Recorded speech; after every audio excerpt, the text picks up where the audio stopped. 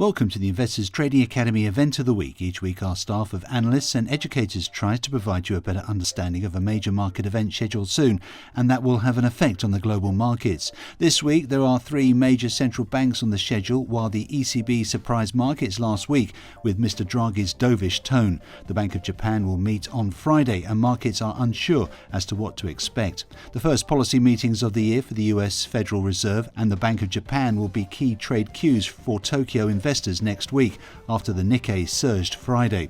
The benchmark index soared nearly 6% on speculation of extra stimulus, finishing a volatile week by climbing out of bear territory, marked by a decline of more than 20% from highs in June.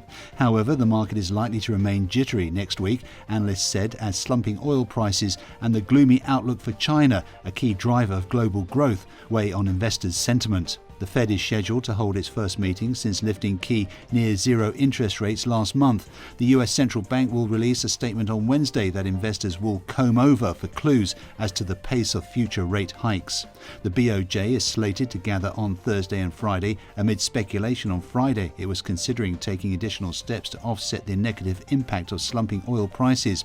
With oil below $30 a barrel, a strengthening yen and markets in flux, the Bank of Japan's reluctance to ease monetary policy further will face one of the sternest challenges at next week's policy meeting.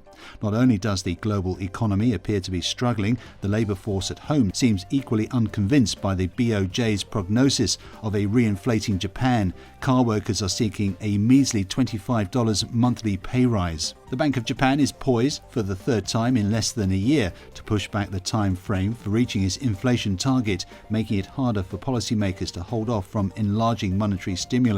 Gov. Kuroda until now has been resisting further expansion of the asset purchase program since 2014, arguing that the repeated reductions in consumer price forecasts largely resulted from falling oil costs, which are outside of the BOJ's influence. The difficulty for board members is that they confront a confluence of other challenges: diminished inflation expectations among companies and investors, subdued wage increases, a sell-off in stocks and strengthening in the yen. The question is whether more monetary stimulus, on top of what's already an initiative of record scale, could help change the dynamic.